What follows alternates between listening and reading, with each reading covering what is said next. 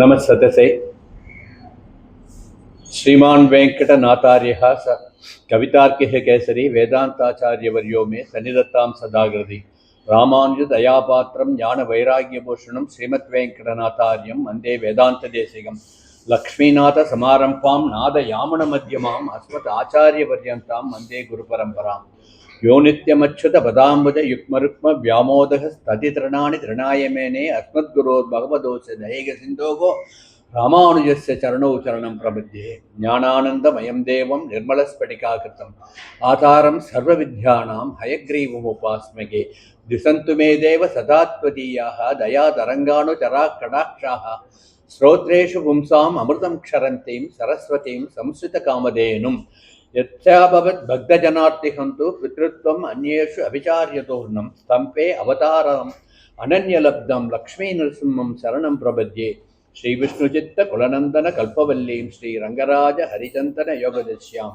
साक्षाक्षमां करुणिया कमलामिवान्यां गोतामनन्य चरण शरणं प्रपद्ये அன்னவயல் புதுவை ஆண்டாள் அரங்கற்கு பண்ணுதிருப்பாவை பல்வதிகம் இன்னசியால் பாடிக் கொடுத்தாள் நற்பாமாலை பூமாலை சூடிக் கொடுத்தாளை சொல்லு சூடிக் கொடுத்த சுடர்கொடியே தொல்பாவை பாடியருளவல்ல பல்வலையாய் நாடினி வேங்கடவர்க்கு என்ன விதி என்ற எம்மாற்றம் நாம் கடபா வண்ணமே நல்கு வயர்வுகள் வில்லிபுத்தூர் ஆடிப்பூரம் மேன்மேலும் மிக விலங்கு விஷ்ணுசித்தன் தூய திருமகளாய் வந்த அரங்கனார்க்கு துழாய் மாலை முடி சூடிக் கொடுத்த மாதே நயமுடன் திருப்பாவை பாட்டாரைந்தும் நீ உரைத்த தையுறு திங்கள் பாமாலை ஆயபுகள் 143 அன்புடனே அடியேனுக்கு அருள் செய்நேயே. இன்றைய பாசுரம் 10வது நாள் பாசுரம்.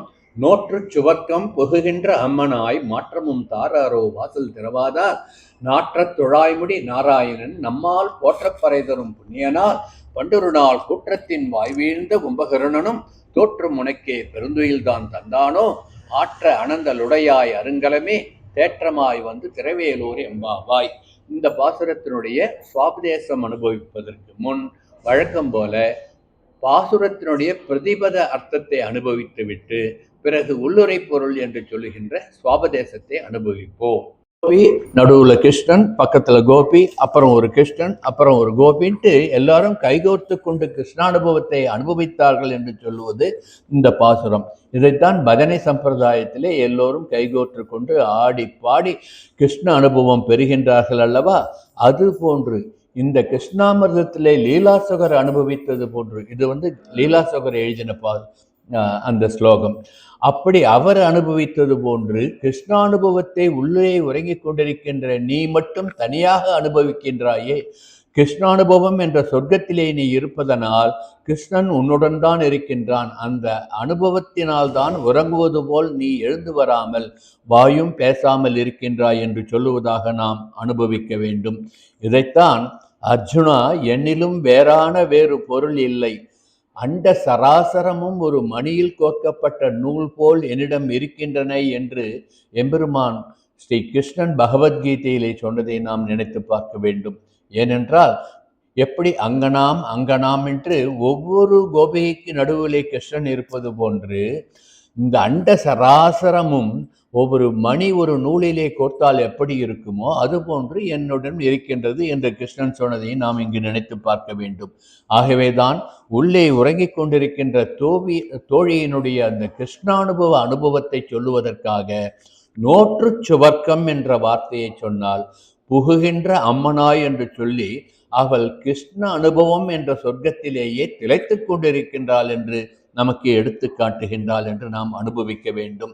இதை சுவாமி தேசிகன் யாதவாப்யுதயம் என்ற கிரந்தத்திலே பாதாஸ்திரிதானாம் பிரமசந்து ஹேதுகு பிரியா சகஸ்ரம் பிரமயாஞ்சகாரா என்று அருளியிருக்கின்றார். அதாவது தன்னை அண்டினவர்களுடைய பிரமைன்னா என்ன சொல்றது, ஒரு பிரமிச்சு போயிருக்கும்னு சொல்றேன் இல்லையா, அந்த தன்னை அண்டினவர்களுடைய அந்த பிரமையை போக்க காரணமானவன் தன் பிரியமான 1000 கோபியரையும் தன்னுடன் சுற்ற வைத்தான் என்று சுவாமி தேசிகன் அனுபவித்திருக்கின்றார்.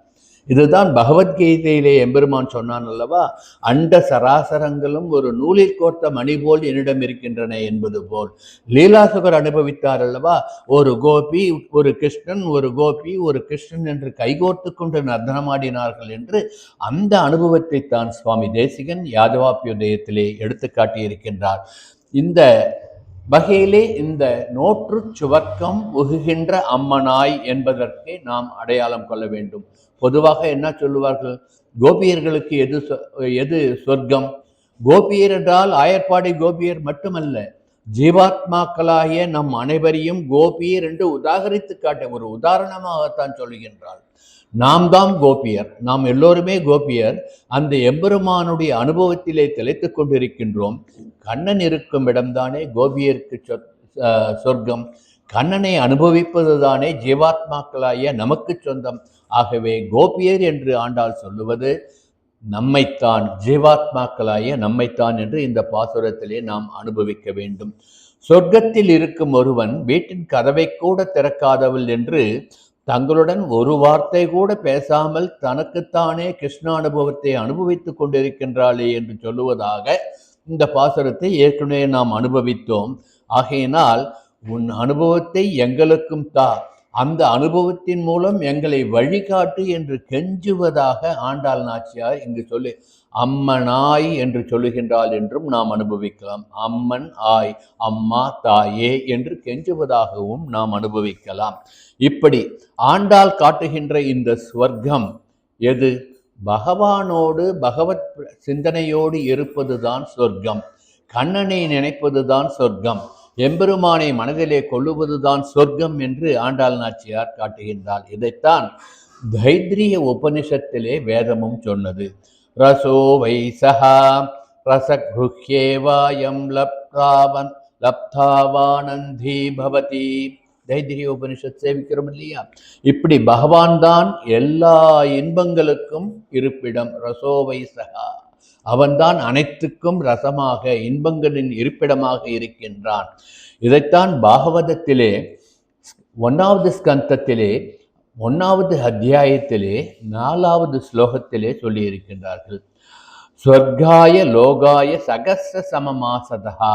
அதாவது நைமிசாரண்யத்தில் யஜ்ஞம் பண்ணக்கூடியிருந்த ரிஷிகளின் சத்சங்கத்தை சொல்லுகின்ற பொழுது சத்சங்கமே சொர்க்கம் என்று பாகவதத்திலே எடுத்து சொல்லுகின்றார்கள்.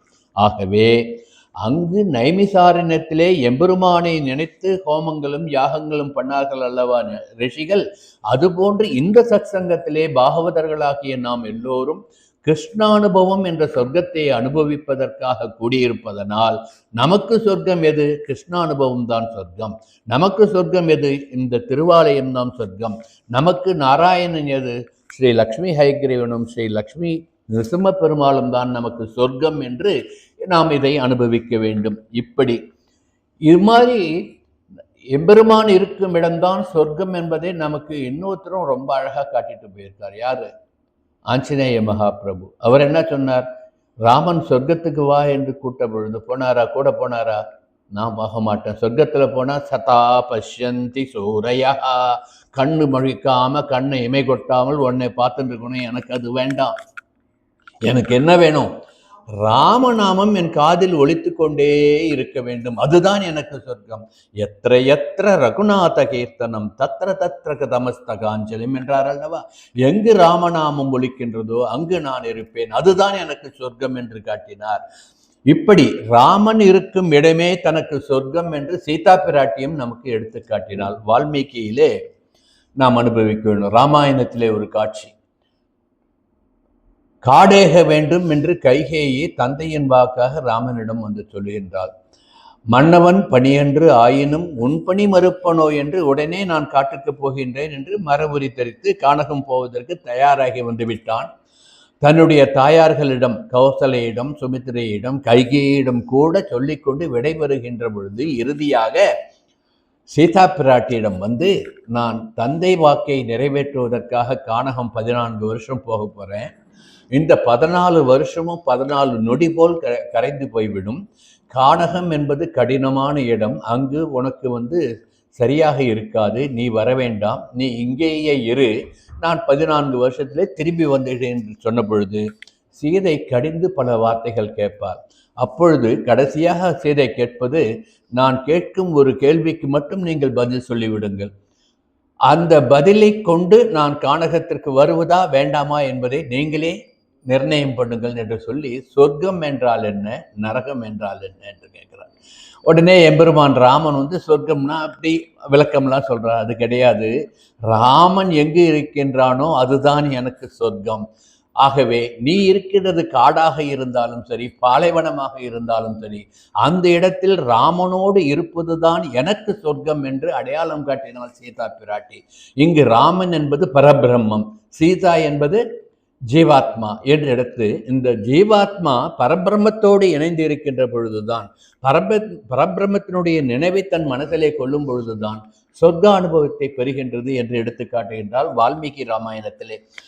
யத்வயா சகசஸ்வர்கோ நிறையோ யத்வயா வினா இதி ஜானான் பராம் பிரீதிம் கச்சராம மயா சககா என்பதுதான் இந்த ஸ்லோகத்திற்கு உண்டான அர்த்தம். நான் ஏற்கனவே சொன்னது. இதைத்தான் கம்பர் எப்படி தமிழ் படித்திருக்காருன்னா, பரிவு இகந்த மனத்தோடு பற்றிலாது ஒருவுகின்றனை. என்னிடம் பரிவு இல்லாத ஒரு மனதோடு நீ சொல்லுகின்றாயே, என்னுடன் வரவேண்டாம் என்று சொல்லுகின்றாயே, ஊழி அறுக்கணும் எரியும் என்பது யான் அடைவது ஈண்டு. ஊழிக்காலத்திலே சூரியன் எப்பொழுது எல்லாம் முடிந்த பிறகு வெப்பமயமாக இருக்குமோ, அந்த வெப்பமத்தை நான் அனுபவிப்பதாக இருந்தால் கூட, நின் பிரிவினும் சுடுமோ பெரும் காடு என்றால், அப்படிப்பட்ட சூரியனுடைய வெப்பத்தையும் உன் பிரிவு என்ற வெப்பத்துக்கு விட பெரிது கிடையாது. ஆகையினால் இந்த காடு ரொம்ப கஷ்டமா இருக்குன்னு சொல்றியே, உன் பிரிவை விட அந்த காடு எனக்கு பெரிதா, நானும் உடன் வருவேன். எனக்கு எது சொர்க்கம்? ராமன் இருக்கும் இடம்தான் சொர்க்கம். ஆகையினால்தான் ராமன் இருக்கும் இடம்தான் சீதைக்கு சொர்க்கம் என்ற அந்த வாய்ப்பாடு வந்தது என்று நாம் அனுபவிக்க வேண்டும். இப்படி சொர்க்கம் என்ற சொல்லுக்கு ஸ்வர்பீஹி கீயதே இதி ஸ்வர்கா என்று பொருள் சொல்லுவார்கள். இதனுடைய உள்ளுரை பொருள், சொர்க்கம் என்பதை இந்த சம்சார வாழ்க்கையில் நாம் அனுபவிக்கின்ற இன்பங்கள் என்று எடுத்துக்கொண்டோம் என்றால், பகவத் அனுபவம் இல்லாத இன்பம் நரகத்திற்கு சமம் என்று நாம் எடுத்துக்கொள்ள வேண்டும். எம்பெருமானை நினைத்து நாம் இந்த இகலோகத்திலே அத்தனை இன்பங்கள் அனுபவித்தாலும் எம்பெருமானுடன் சேர்ந்து அனுபவிக்கின்ற பொழுது அது சொர்க்கம்.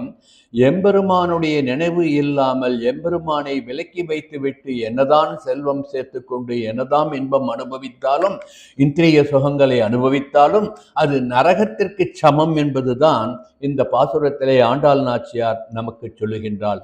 ஆகவே பரமாத்மா என்பதுதான் பேரின்பம்.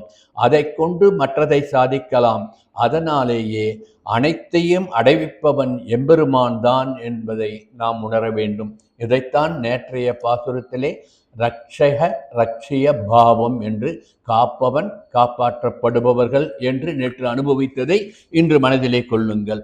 இப்படி எம்பெருமான் தான் நமக்கு சொர்க்கம் என்பதை சுவாமி நிகமாந்த மகாதேசிகன் பரமார்த்த ஸ்துதி என்ற கிரந்தத்திலே நமக்கு அனுகிரகம் பண்ணியிருக்கிறார்.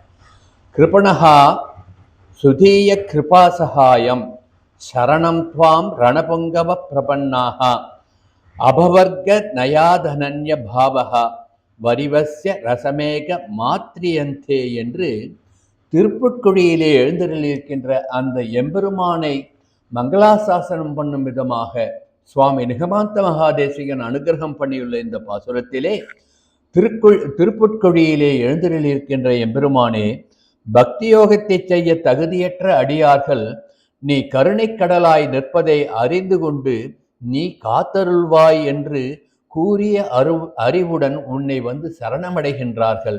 அவர்கள் வேறு தெய்வத்தினிடோ அல்லது வேறு பயனிலோ தங்கள் மனதை செலுத்தவில்லை.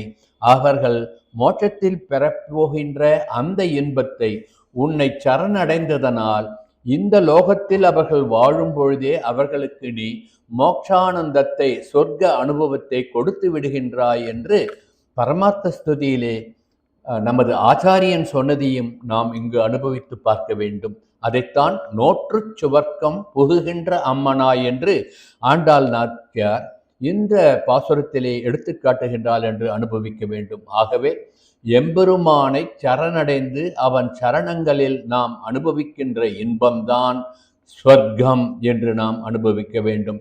அதை இன்னும் எளிமையாக சொல்ல வேண்டும் என்றால், கிருஷ்ணானுபவம், எம்பெருமான் கண்ணனை மனதிலே கொள்ளுவதுதான் சொர்க்கம் என்று அனுபவிக்க வேண்டும். இதைத்தான் புருஷ சுப்தத்திலே யத்ர பூர்வே சாத்யா சந்தி தேவாஹ என்ற ஒரு வாக்கியத்திலே பகவானை சேவிக்க விரும்புகின்ற தேவர்கள் விரும்புகின்ற இடம் எதுவோ அதுதான் சொர்க்கம் என்று புருஷ சொர்க்கத்திலே அனுபவிக்கின்றோம் அல்லவா?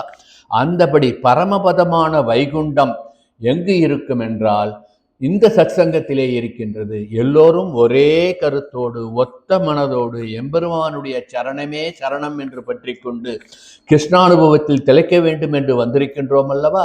இந்த உணர்வுதான் பரமபதம். பரமபதம் நாம் நம் காலத்திற்கு பிறகு சென்று அனுபவிப்பதை நம் காலத்தில் இருக்கும் பொழுதே எம்பெருமானுடைய சன்னதியில் எம்பெருமானை கண்குளிரக் கண்டு எம்பெருமானுடைய பெயரை சொல்லிக்கொண்டு அவனுடைய பெருமைகளை மற்றவர்கள் சொல்ல கேட்டுக்கொண்டு காலத்தை கழிப்போம்.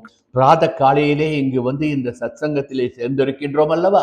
இதுதான் பரமானந்தம், இதுதான் சொர்க்கம். நோற்று சுவர்க்கம் புகுகின்ற அம்மனாய் என்று ஆண்டாள் சொல்லுகின்றாள் என்று நாம் அனுபவிக்கலாம். ஸ்வர்க்கம் என்பதை சுவர்க்கம், சு என்று ஒரு எழுத்தை சேர்த்து விட்டாலே பெருமை வந்துவிடும். அது ஒரு முன்னெழுத்து சேர்க்கிறது. சுவர்க்கம் என்றால் நல்ல வர்க்கம், நல்ல வர்க்கம் என்றால் நல்ல கூட்டம் என்று அர்த்தமாகும். நோற்று சுவர்க்கம், நாம் எல்லாம் நல்ல கூட்டம், நாம் எல்லாருமே சுவர்க்கம்தான். ஒவ்வொரு இடமும் ஸ்வர்க்கம் இருக்கின்றது என்றும் நாம் இதை அனுபவிக்கலாம். ஆகையினால்தான் உள்ளே உறங்குகின்ற அந்த பரம பாகவதி கிருஷ்ணானுபவத்திலே இருப்பதனால் உறங்கிக் கொண்டு கிருஷ்ணனை அனுபவித்து கொண்டு இருப்பதனால் வாசல் திறவாதார் என்று இந்த வாசல் கதவையும் திறக்கவில்லை, நம்முடன் வந்து சேருவதற்கு தன் மனக்கதையையும் திறக்கவில்லை என்பதை குறிப்பில் உணர்த்துவதற்காக இந்த பாசுரத்தில் அம்மனாய் என்ற வார்த்தையை அமைத்து அம்மா தாயே என்று கெஞ்சி அவளை சரணாகதி பண்ண எங்களுடன் வந்து சேர் என்று அழைப்பதாக நாம் எடுத்துக்கொள்ள வேண்டும். வேறு விதமாக நாம் இதை அனுபவிக்க வேண்டும் என்றால், நோற்று சுவர்க்கம் என்பதை நீ பல கர்மயோகங்கள் மூலம் பல சித்திகள் அடைந்து விட்டோம் என்று பிற தெய்வங்களை நாடி சிற்றின்பங்களை அடைவதாக எண்ணிக்கொள்ளாதே. நமக்கு பேரின்பம் சரணாகதி பண்ணுவதுதான். யாரிடம் சரணாகதி பண்ண வேண்டும்? எம்பெருமானிடம் சரணாகதி பண்ண வேண்டும். எப்படி சரணாகதி பண்ண வேண்டும்? ஆச்சாரியர்களுடைய வழிகாட்டுதலுடன் நாம் சரணாகதி பண்ண வேண்டும். ஆகவே வந்து எங்களுடன் சேர்ந்து நோற்று சுவர்க்கம் புகுகின்ற அம்மனாய் இருக்கின்ற பெண்ணே, நீ எங்களுடன் வந்து சேர் என்று அழைப்பதாக இந்த பாசுரத்தினுடைய அர்த்தத்தை நாம் அனுபவிக்கலாம். இதைத்தான் சுவாமி தேசிகன் பரமார்த்த ஸ்துதியிலே ஒரு ஸ்லோகத்திலே சொல்லுவார். அபவர்க நயா தனன்ய பாவகா வரிவசிய ரசமேக மாத்ரியந்தே என்று பகவானை சரணடைந்தவர்களுக்கு மோட்சத்தில் கிடைக்கப் போகின்ற, நம் காலத்திற்கு பிறகு கிடைக்கப் போகின்ற அந்த பேரின்பம் இப்பொழுதே அவன் பாதங்களிலே சரணடைவோம் என்ற எண்ணம் நம் மனதிலே வந்துவிட்டாலே கிடைத்துவிடும் என்று ஆணித்தரமாக எடுத்து காட்டுகின்றார். இப்படி ஸ்வர்க்கம் என்ற பொருளுக்கு ஆனந்தம் என்ற ஒரு பொருளை எடுத்துக்கொண்டோம் என்றால், வேதம் சொல்லுகின்றது அல்லவா, ஒரு நல்ல மனுஷனுக்கு, ஒரு நல்ல மிடுக்கான வாலிபன், சகல சௌக்கியங்களும் உடைய ஒரு வாலிபனுக்கு எந்த ஆனந்தம் இருக்கின்றதோ அதை போல 100 மடங்கு ஆனந்தம் யாருக்கு இருக்கும், அதற்கு மேல 100 மடங்கு ஆனந்தம் யாருக்கு இருக்கும், 100 போயிட்டு கடைசியில எம்பெருமானுடைய பரமானந்தம் என்று தைத்திரிய உபநிஷத்துல நாம சேவிக்கிறோம் இல்லையா? அதை நினைத்து பாருங்கள். 100 பங்கு மனித ஆனந்தம் 100 பங்கு ஒரு கந்தர்வ ஆனந்தத்துக்கு சமமாகும். 100 பங்கு கந்தர்வ ஆனந்தம் பித்ருலோகத்தில் வசிக்கின்ற நம் முன்னோர்களுடைய 1 பங்கு ஆனந்தத்திற்கு சமமாகும். 100 பங்கு பித்ருக்களுடைய ஆனந்தம் தேவலோகத்தில் வசிக்கின்ற ஒரு தேவருடைய ஆனந்தத்திற்கு சமமாகும். 100 பங்கு தேவ ஆனந்தம் இந்திரன் அனுபவிக்கக்கூடிய ஒரு இந்திர ஆனந்தத்திற்கு சமமாகும். 100 பங்கு இந்திர ஆனந்தம் ஒரு பிரகஸ்பதி அனுபவிக்கக்கூடிய 1 பங்கு ஆனந்தத்திற்கு சமமாகும்.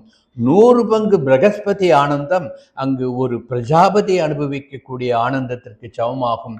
100 பங்கு பிரஜாபதி ஆனந்தம் ஹிரண்ய கர்ப்பனாக எங்கும் வியாபித்து கொண்டிருக்கின்ற சர்வ வியாபியாகிய அந்த ஸ்ரீமன் நாராயணனுடைய சன்னிதானத்தில் கிடைக்கக்கூடிய ஆனந்தமாகும் என்று வேதம் நமக்கு எடுத்து காட்டுகின்றது அல்லவா. 100 100 100 100 எடுத்துட்டு போச்சு இல்லையா.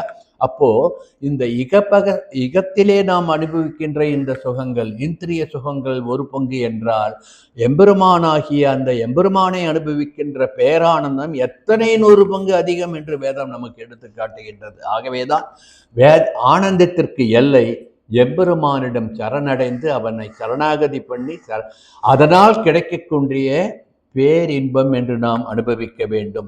ஆகையினால்தான் இந்த பிராணமயமாக உள்ள இந்த ஆத்மாவை கடந்து சென்று, மனோமயமாக உள்ள ஆத்மாவை கடந்து சென்று, விஞ்ஞானமயமாக இருக்கின்ற ஆத்மாவை கடந்து சென்று, ஆனந்தமயமாக இருக்கின்ற ஆத்மாவை கடந்து சென்று எம்பெருமானை அடைய வேண்டும் என்று வேதம் நமக்கு எடுத்து காட்டுகின்றது.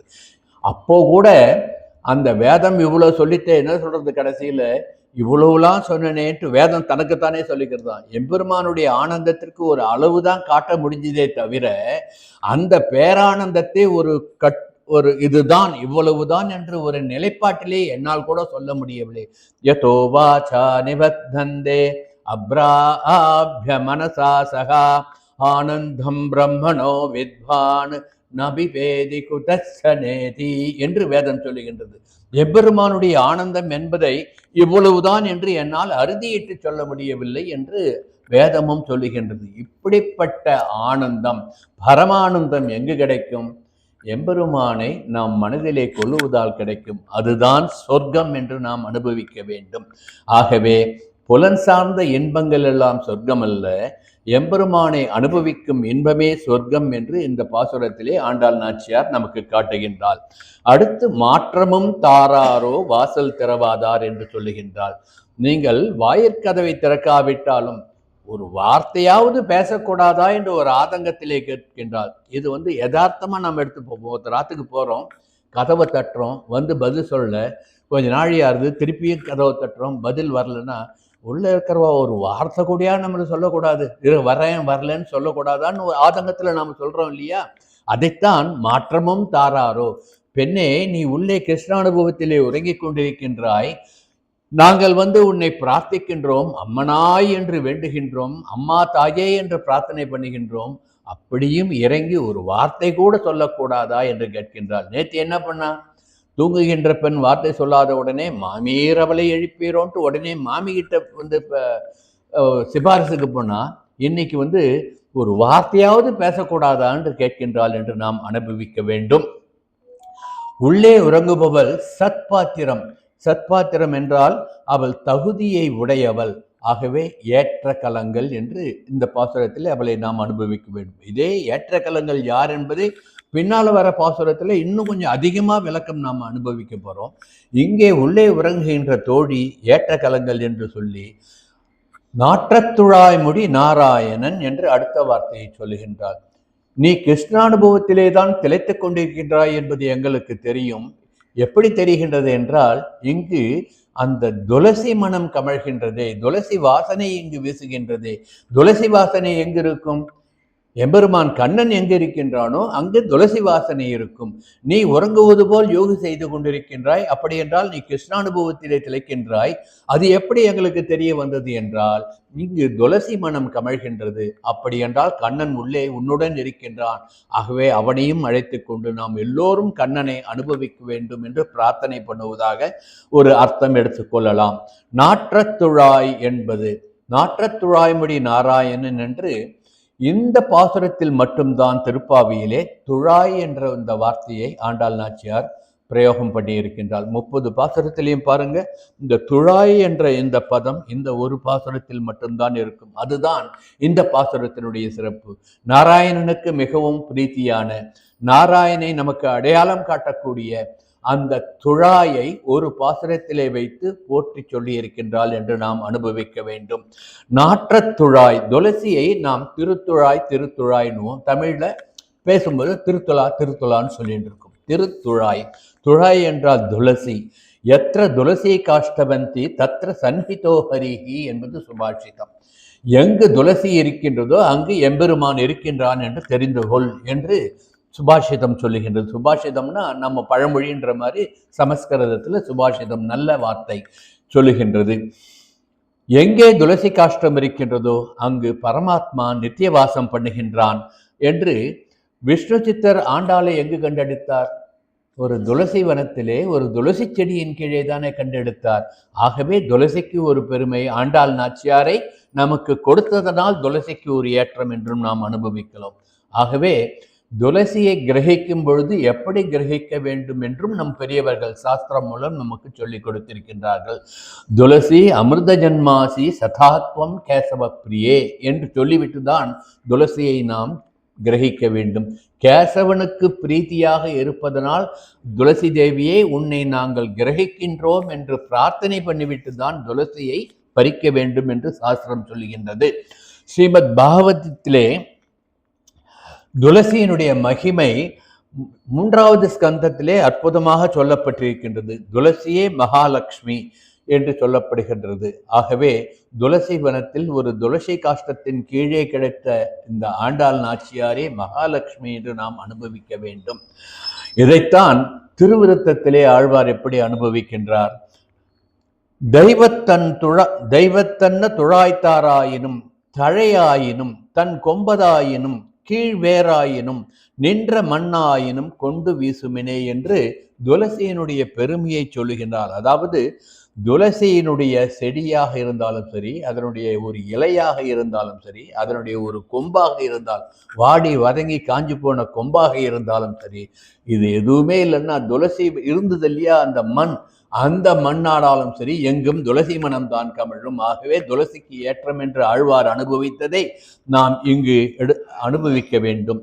தோலினை மேலும் நன் மார்பினின் மேலும் சுடர்மிடி மேலும் தாலினை மேலும் புனைந்த தன்னந்தொழாயுடைய அம்மான் கேளினை ஒன்றுமிலாதான் கிளரும் சுடரொளி மூர்த்தி நாளடைந்ததொன்று மகளான் என்னுடைய நாவினுளானே என்று திருவாய்மொழியிலே மீண்டும் அனுபவிக்கின்றார். 1ஆம் பத்தில் 1ஆம் பத்து 9ஆம் திருவாய்மொழியிலே 7வது பாசுரம் இது. இந்த பாசுரத்திலே எம்பெருமானுடைய திருவடி முதல் திருமுடி வரை அலங்கரிக்கின்ற துளசி தேவியே என்று ஆழ்வார் அனுபவித்திருக்கின்றார். சிறிய திருமடங்களிலே திருமங்கை ஆழ்வார் துளசியை எப்படி அனுபவிக்கின்றார்? வாராய் மடநெஞ்சே வந்து மணிவண்ணன் சீராய் திருத்துழாய் மாலை நமக்கருளி என்று அந்த மணிவண்ணன் அணிந்திருக்கின்ற அந்த திருத்துழாய் மாலையை பற்றி மங்களாசாசனம் பண்ணுகின்றார் திருமங்கை ஆழ்வார். நாடும் ஊரும் அறியவே போய் நல்ல துழாய் அலங்கள் சூடி நாரணன் போகுமிடமெல்லாம் சோதி துழிதருகின்றான் என்று அணிதுழாய்த்தார்க்கு ஓடும் நெஞ்சந்தன்னை படைக்க வல்லேன் அந்தோ என்றும் மதுவின் துழாய் முடி மாலே எங்கள் அமுத மாயனே என்றும் நாச்சியார் திருமொழியிலே ஆண்டாள் நாச்சியார் துளசியினுடைய பெருமையை பல இந்த பாசுரங்களிலே சொல்லி இருக்கின்றார். திருப்பாவையில் ஒரு இடங்களில் சொன்னார், நாச்சியார் திருமொழியிலே 4 இடங்களிலே துளசியினுடைய பிரபாவத்தை சொல்லி இருக்கின்றார் என்று நாம் அனுபவிக்க வேண்டும். இன்னொரு விதமாக பாகவதம் நமக்கு எப்படி சொல்றதுன்னா, துளசிதான் ராதை என்று சொல்லுகின்றார். ராதே கிருஷ்ணா ராதே கிருஷ்ணான்னு சொல்றோம் இல்லையா, அந்த ராதை தான் துளசி என்று சொல்லுது. பவிஷ்ய புராணத்தில் சொல்லியதை எடுத்துக்காட்டி பாகவதம் துளசியினுடைய பெருமையை அந்த 3வது ஸ்கந்தத்திலே போற்றுவதையும் நாம் நினைத்து பார்க்க வேண்டும். இது எல்லாத்தையும் விட நம்ம ஆத்துல எம்பெருமானுக்கு எதை வச்சு ஆராதனை பண்றோம்? சாலக்கிராமத்தை வச்சு ஆராதனை பண்றோம் இல்லையா. சாலக்கிராமம் எங்கேருந்து வந்தது? கண்டகி நதியில வந்தது. அந்த கண்டகி நதியே துளசி தேவி தான். ஆகையினால்தான் எம்பெருமான் அந்த கண்டகி நதியிலே நித்தியவாசம் பண்ணி கொண்டு நமக்கு சாலக்கிராமமாக அனுகிரகம் பண்ணி கொண்டு இருக்கின்றான் என்று பெரியவர்கள் நமக்கு காட்டி சென்றிருக்கின்றார்கள். இத்தகைய பெருமை வாய்ந்தது துளசி. இங்க துளசிக்கு ராமாயணத்துல ஒரு காட்சியை, அதாவது பெரியவர்கள் சொல்கின்ற கதை எப்படின்னா, ராம பட்டாபிஷேகம் முடிஞ்ச பிறகு ராமனும் சீதையும் சௌக்கியமாக இருந்துட்டுருக்கா. அப்போது ராமன் ராஜாங்க வேலையை பார்த்துட்டு இருக்கான். சீதை நித்திய பூஜைகளுக்கு ராமனுடைய அனுகிரகத்தோடு ராமனுடன் சேர்ந்து பண்ணிட்டு இருக்கான். ஒரு நாள் பூரி கீர்த்தின்ற ஒரு அரசன் ராமனுக்கு ரொம்பவும் மித்ரன், அதாவது நண்பர். அவர் தன் தோட்டத்தில் விளைந்த அபூர்வமான புஷ்பங்கள், அபூர்வமான பழங்கள் எல்லாம் ராமனுக்கு சமர்ப்பிக்க வேண்டும் என்று கொண்டு சொல்லி கொடுறார். அப்போ ராமன் ராஜாங்க வேலையாக வெளில போயிருந்தாராம். சீதா பிராட்டி ராமனின் அனுமதி இல்லாமல் அவற்றை கிரகித்து கொண்டாலாம். கிரகித்து கொண்டது மட்டுமல்லாமல் அந்த புஷ்பங்களையும் பழங்களையும் எம்பெருமானுக்கு சாற்றி நிவேதனமும் பண்ணிவிட்டாள். இது ராமனுக்கு தெரியும், ஆனால் ஒன்றும் சொல்லவில்லை. அப்பொழுது ஒரு துவாதசி அன்று நாரத மகரிஷி அவருடைய ராமருடைய கிரகத்திற்கு வந்தாராம். அப்பொழுது 2 பேரும் வந்து துவாதசி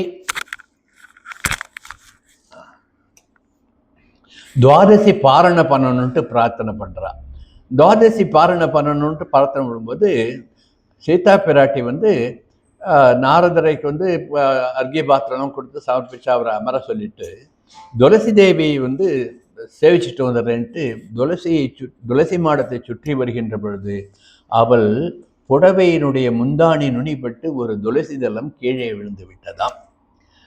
அப்பொழுது நாரதரை வந்து அமுது செய்ய வாருங்கள் என்று பாரணைக்கு அழைத்த பொழுது நாரதர் இந்த இல்லத்திலே என்னால் பாரணை பண்ண முடியாது என்று சொல்லிவிட்டார்களாம். ராமனுக்கும் சீதைக்கும் ரொம்ப மனசு வருத்தமாக போயிடுத்து. ஏன் எங்கள் கிரகத்திலே நீங்கள் வந்து பாரணை பண்ண மாட்டேன் என்று சொல்கின்றால் சீதையை பார்த்து சொல்கின்றால், சீதா பிராட்டி நீ பதிவிரதை என்று நிரூபித்தால் நீ உன் முந்தானை பட்டு இந்த துளசி தளம் கீழே விழுந்ததல்லவா, அது மீண்டும் போய் துளசி செடியிலேயே ஒட்டி கொள்ளட்டும் என்று பிரார்த்தனை பண்ணு. அது அப்படி ஒட்டி கொண்டால் நீ பதிவிரதை என்று ஏற்றுக்கொண்டு நீ உபச்சாரம் பண்ணுகின்ற இந்த விரதத்தை நான் பூர்த்தி பண்ணி வைக்கின்றேன், பாரணை பண்ணுகின்றேன் என்று சொன்னாராம். சீதா பிராட்டியும் ரொம்ப சந்தோஷத்தோட போயிட்டு, என்னுடைய பதியல்லால் வேறொருவனை நான் மனதால் கூட தீண்ட மாட்டேனே, 10 மாதங்கள் அங்கு சிறை இருந்தேனே, எப்படி தவம் இருந்தேன் என்று சொல்லி நினைத்து கொண்டு போய் துளசி மாடத்தை சுற்றி துளசி தேவியே அனுகிரகம் பண்ணு, மீண்டும் இந்த துளசி தளம் அதாவது துளசி இலை உன் செடியிலே ஒட்டி கொள்ள வேண்டும் பிரார்த்தனை பண்ணால் ஒன்றுமே நடக்கவில்லை. அழுகின்றால் அரற்றுகின்றால். அப்பொழுது நாரத சொன்னாராம், நான் பதிவிரதை தான், பூரிகீர்த்தி சமர்ப்பித்த புஷ்பங்களையும் பழங்களையும் என் பர்த்தாவனுடைய அனுமதி இல்லாமல் எம்பெருமானுக்கு சமர்ப்பித்த அந்த ஒரு நாள் தவிர என்று பிரார்த்தனை பண்ணு என்று சொன்னாராம். அவளும் அவ்வாறே பிரார்த்தனை பண்ண அந்த துளசி இதெல்லாம் போய் செடியிலே ஒட்டி கொண்டுதான். இது எதுக்காக இந்த கதையை பெரியவா சொல்லி காட்டினான்னா, துளசி அவ்வளவு விசேஷம். ஸ்திரீகள் துளசியை கிரகிக்க கூடாது என்பதை சாஸ்திரம் சொன்னதை உணர்த்துவதற்காகத்தான். ஆகவே ஸ்திரீகள் வந்து துளசியை கிரகிக்க கூடாது. யாராவது கிரகிச்சு கொடுத்தா அதை எடுத்து அனுபவிக்கலாம், ஆனால் நேரடியாக செடியிலிருந்து துளசியை கிரகிக்கக்கூடாது என்று சாஸ்திரம் சொன்னதை நிரூபிப்பதற்காக ராமாயணத்தில் இந்த கதையை சொல்லி பெரியவர்கள் சாஸ்திர நிர்மாணம் பண்ணினார்கள் என்பதை இங்கு சமர்ப்பிக்கின்றேன். ஆகவே தான் துளசி அமிர்த ஜன்மாசி சதாத்வம் கேசவ பிரியே, கேசவனுக்கு பிரியமான துளசி தேவியே உனக்கு நமஸ்காரம். கேசவனுடைய பிரீதிக்காக உன்னை நான் கிரகிக்கின்றேன் என்று ஸ்தோத்திரம் பண்ணி கொண்டுதான் துளசியை கிரகிக்க வேண்டும். ஸ்வஸ்மை ஸ்வப்ரீதியே ஸ்வயமேவ காரயதி, ஸ்வஸ்மை ஸ்வப்ரீதியே ஸ்வயமேவ காரித்தவான்ட்டு கீழ்ப்பாசனத்தில் அனுபவிச்சோம் இல்லையா? கிருஷ்ணனுடைய பிரீதிக்காக கேசவனுடைய பிரீதிக்காக நான் ஒரு கருவியாக உன்னை கிரகிக்கின்றேன் என்ற நினைப்போடு துளசியை நாம் கிரகிக்க வேண்டும். அப்படி கிரகிக்கிறதும் இந்த மோதிர விரல் என்று சொல்லுகின்ற இந்த விரலில் கட்ட விரலையும் சேர்த்து இப்படி வச்சு இப்படிதான் துளசி தளத்தை நகம்படாமல் எடுக்க வேண்டும். இப்போ கோவிலில் வந்து நம்ம பார்க்குறோம், எல்லாரும் துளசியை ஆஞ்சு கொடுக்குறாள், இப்படி நகத்தால் ஆயக்கூடாது. இந்த மோதிர விரலையும் கட்டை விரலையும் சேர்த்து துளசி தளத்தை பிரித்து எடுத்து நாம் பெருமாளுக்கு சமர்ப்பிக்க வேண்டும். இதெல்லாம் அந்த துளசியினுடைய பெருமையை சொல்றதுனால நம்ம சம்பிரதாயத்தில் நம்ம எப்படி இருக்கணும்ன்ற சொல்றதுக்காக இந்த சத்சங்கத்தில் விஞ்ஞாபனம் பண்ணுகின்றேன். அதே மாதிரி புருஷாலானாலும் சரி, துளசி கிரகிப்பதற்கு என்று சில நியமங்கள் இருக்கின்றது. வெள்ளிக்கிழமை ஞாயிற்றுக்கிழமைகளில் துளசி கிரகிக்கக்கூடாது.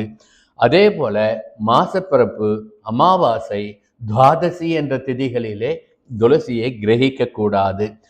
சாயங்கால வேளையிலேயோ ராத்திரியிலேயோ துளசியை கிரகிக்கக்கூடாது.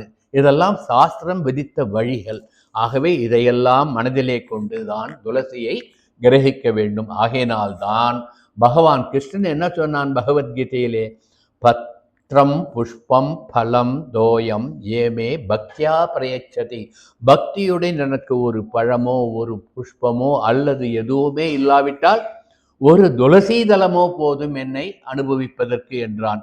அது எதுவும் இல்லாவிட்டால் நாடி நாடி நரசிங்கா என்று அவன் திருநாமத்தை சொல்லி ஒரு சொட்டு ஆனந்த கண்ணீர் வடித்தால் அந்த தண்ணீரே போரும் என்று சொன்னான் அல்லவா.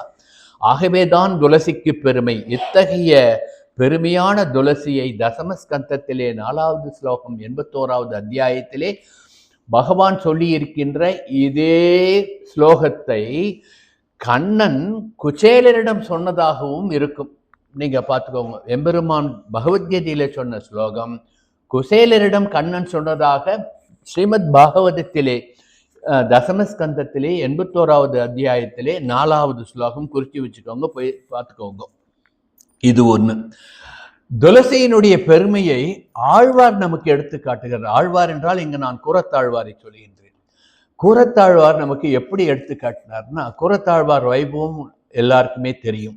அந்த தரிசனத்திற்காக தன் தரிசனத்தை இழந்த மகான் என்று அவரை சொல்லுவார்கள். தரிசனம்னா அந்த ஸ்ரீ வைஷ்ணவ சம்பிரதாயம், நம் சத் சம்பிரதாயம் தழைக்க வேண்டும் என்றதற்காக கிருமிகண்ட சோழன்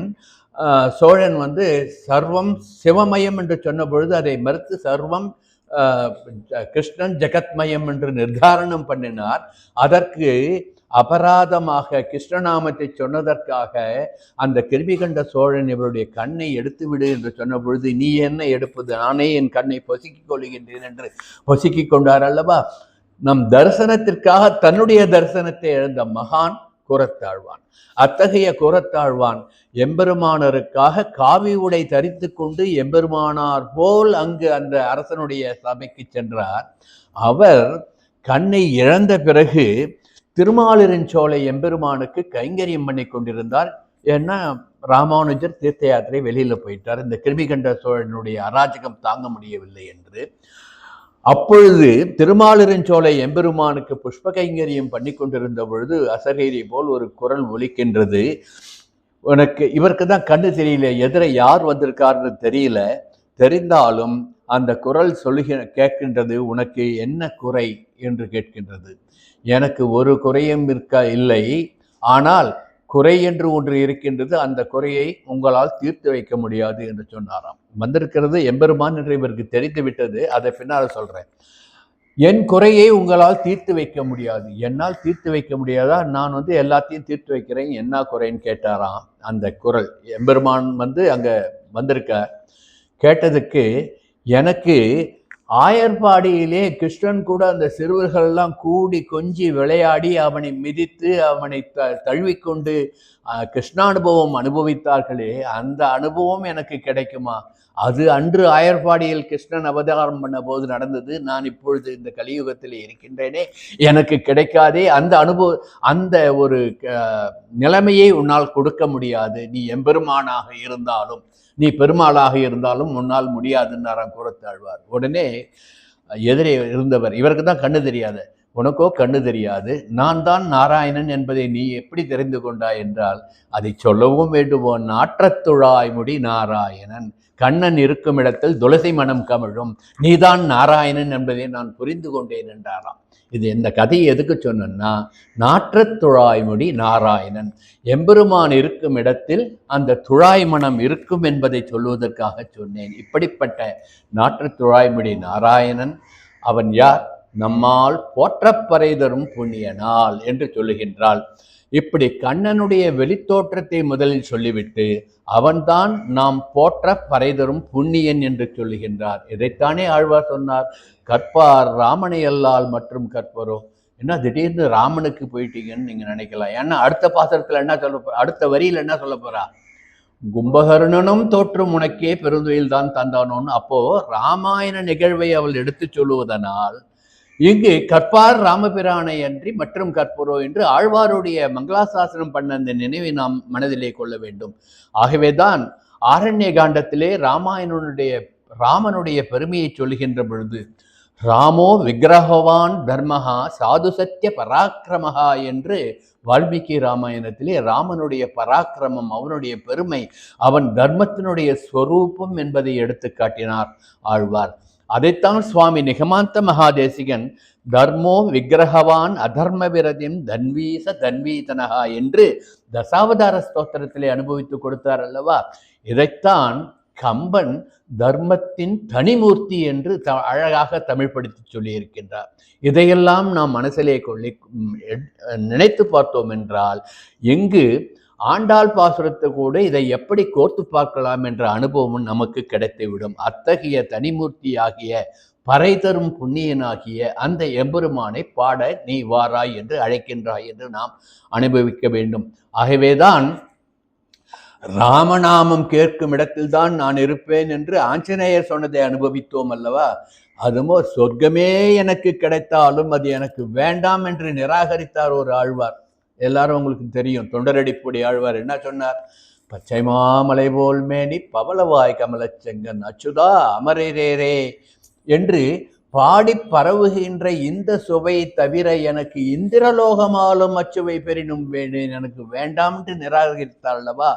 ஆகவே நம்மால் போற்றி பறை தருகின்ற, நாம் போற்ற போற்ற நமக்கு அத்தனை நன்மைகளையும் அருளுகின்ற அந்த எம்பெருமான் புண்ணியன்.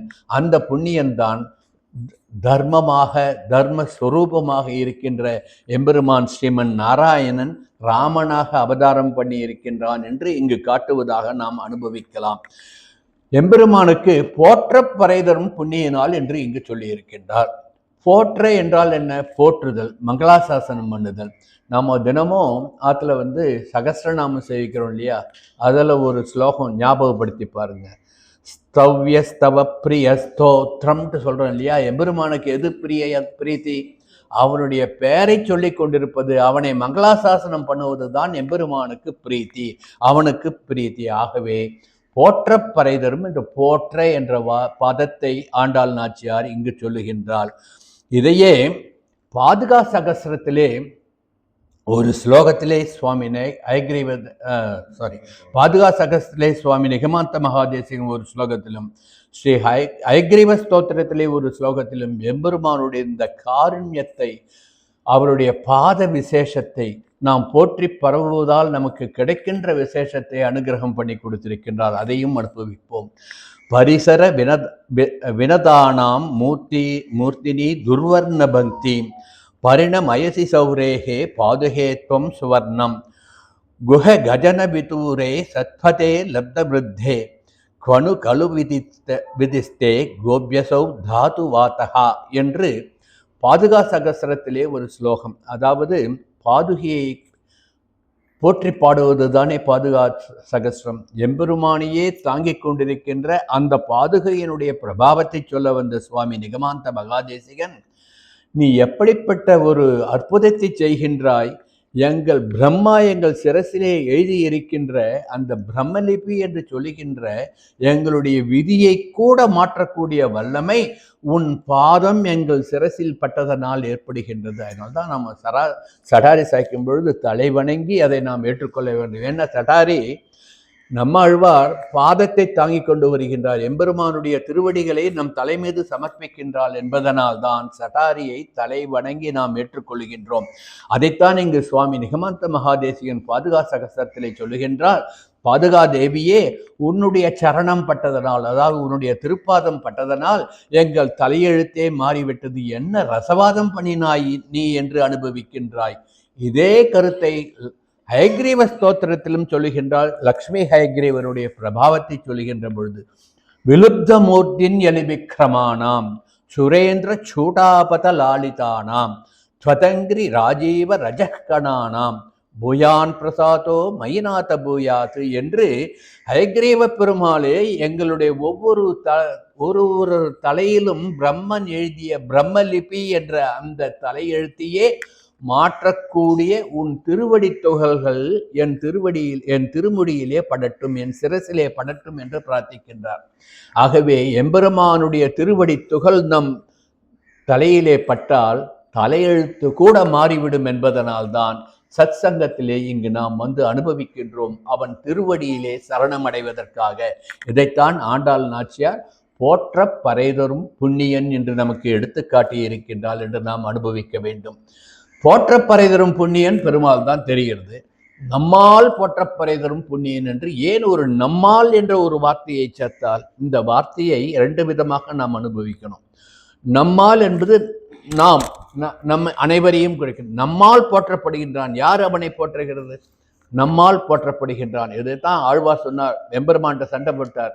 நான் இல்லட்டினா நீ கிடையாது, எனக்கு நான், உனக்கு எனக்கு எனக்கு நீ, உனக்கு நான் என்று சண்டை போட்டார் இல்லையா? ஏன்னா நான் பாகவதன் என்று ஒருவன் இருந்தால்தானே உன்னால் அனுகிரகம் பண்ண முடியும். ஆகையினால் நான் உன்னிடம் வந்து சரணடைகின்றேன், நீ எனக்கு அனுகிரகம் பண்ணுகின்றாய் என்று ஆழ்வார் அனுபவித்தார் அல்லவா? அதுபோன்று நம்மால் போற்றப்படுபவன், நாம் அனைவரும் எம்பெருமானுடைய புகழை போற்றிக் கொண்டிருக்கின்றோம் என்பதனால் நம்மால் என்று சொன்னால், இந்த நம்மால் என்ற பதத்தை நம் மால் என்று பிரித்து பாருங்கள். மால் என்றால் யார்? ஸ்ரீமன் நாராயணன், திருமால். அது வந்து திருமால்றதுக்கு விளக்கம் சொன்னோம்னா அதுவே ஒரு பெரிய வியாக்கியானம் ஆயிடும். திருமால் என்ற வார்த்தைக்கு எவ்வளவு அர்த்த விசேஷம் இருக்கின்றது. நம்முடைய மால், நம் திருமால், நம் நாராயணன், நம் கிருஷ்ணன், அவனை அனுபவிப்போம், போற்றி பறைகொள்வோம் என்று இந்த நம்மால் என்ற வார்த்தையை நம்மால் போற்றி முதல்ல சேர்த்துக்கணும். போற்றி பறைதரும் நம்மால் என்று பின்னாலேயும் சேர்த்துக்கணும். இப்படி முன்னையும் பின்னையும் சேர்த்து அனுபவித்தோம் என்றால் ஆண்டாள் நாச்சியார் அருளியுள்ள இந்த பாசுர வரியினுடைய ஆழ்ந்த அர்த்தம் நமக்கு தெரிய வரும். ஆகவேதான் நம்மால் போற்றப்பறை தரும் புண்ணியனால் அடுத்த வரி என்ன சொல்றா? கூற்றத்தின் வாய் வீழ்ந்த கும்பகர்ணனும் தோற்று முனைக்கே பெருந்துயில் தான் தந்தானோ என்று சொல்லுகின்றாள். கூற்றத்தின் வாய் வீழ்ந்த கும்பகர்ணன் என்ற பிரயோகத்தை கவனிக்க வேண்டும். ஏற்கனவே சொன்னோம், நித்தியத்துவம் வேண்டும் என்று நித்திரத்துவத்தை பெற்றுவிட்டான் கும்பகர்ணன் என்று முதல்ல சொன்னோம் இல்லையா? அதையும் மனசுல வச்சுக்கோங்க. இப்போ கூற்றத்தின் வாய் வீழ்ந்த என்று சொல்லுகின்றார். அதாவது யமனுடைய வாயில விழுந்துட்டன்றது வெளிப்படையான அர்த்தம். அப்படின்னா அவன் மாண்டு போய்விட்டான் என்று அர்த்தம். யாரால் மயக்கப்பட்டான்? எம்பெருமான் ஸ்ரீ ராமனால் மயக்கப்பட்டான். ஆனால் வாய் வீழ்ந்த என்று தானே சொல்லி இருக்கின்றாள் என்று இதை நாம் அனுபவிக்க வேண்டும். வீழ்ந்த கும்பகர்ணன், வீழ்த்தப்பட்ட கும்பகர்ணன், இதுக்கு ரெண்டுக்கும் உள்ள வித்தியாசத்தை ஆண்டாள் நாச்சியார் இந்த இடத்துல வந்து இலக்கணத்தை அற்புதமாக எடுத்து காட்டுகின்றாள். 3ஆம் வேற்றுமை உருவு ஆள். அந்த ஆள் என்ற உருவு எப்படி திரியும், எப்பொழுது திரியும், எப்பொழுது அது படற்கை முன்னிலை பெயரச்சமாக மாறும் என்பதை இங்கு அற்புதமாக ஆண்டாள் எடுத்து காட்டுகின்றால் வாய் வீழ்ந்த என்ற பத பிரயோகங்களால் என்று நாம் அனுபவிக்க வேண்டும். இந்த கூற்றத்தின் வாய் வீழ்ந்த என்று சொல்லுகின்ற பொழுது, இந்த வரியை நாம் மனதிலே கொள்ளுகின்ற பொழுது கம்பனை நினைக்காமல் இருக்க முடியாது. இதே விஷயத்தை ராமனால் கூற்றத்தின் வாய் வீழ்ந்தான் கும்பகர்ணன் என்ற அந்த செய்தியை கம்பன் எப்படி சொல்லுவார்? உறங்குகின்ற கும்பகண்ண உங்கள் மாய வாழ்வெல்லாம் இறங்குகின்றதின்றுகான் எழுந்திராய் எழுந்திராய் கரங்கு போல வில் பிடித்த கால தூதர் கையிலே உறங்குவாய் உறங்குவாய் கிடந்திருந்து உறங்குவாய் என்று கம்பராமாயணத்திலே கம்பர் அனுபவிப்பார். இது அவனை எழுப்புகின்றதையும் எப்படி எழுப்பினார்கள்?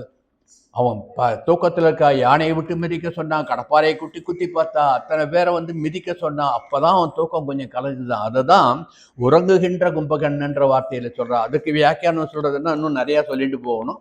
அந்த கம்பருடைய வார்த்தையை மட்டும் அனுபவிப்போம். இப்படி கூற்றத்தின் வாய் வீழ்ந்த கும்பகர்ணனை அவனிடமிருந்து தோற்று, அவன் உன்னிடம் தோற்று ஒரு பெரும் தூக்கத்தை உனக்கு கொடுத்து விட்டானா என்று இந்த தோழியை முதலில் கடிந்து கொண்டவள் இவள் பரம பாகவதை கிருஷ்ணானுபவத்திலே தூங்குகின்றாள் என்று நினைத்து உடனே அருங்கலமே என்று சொல்லுகின்றாள்.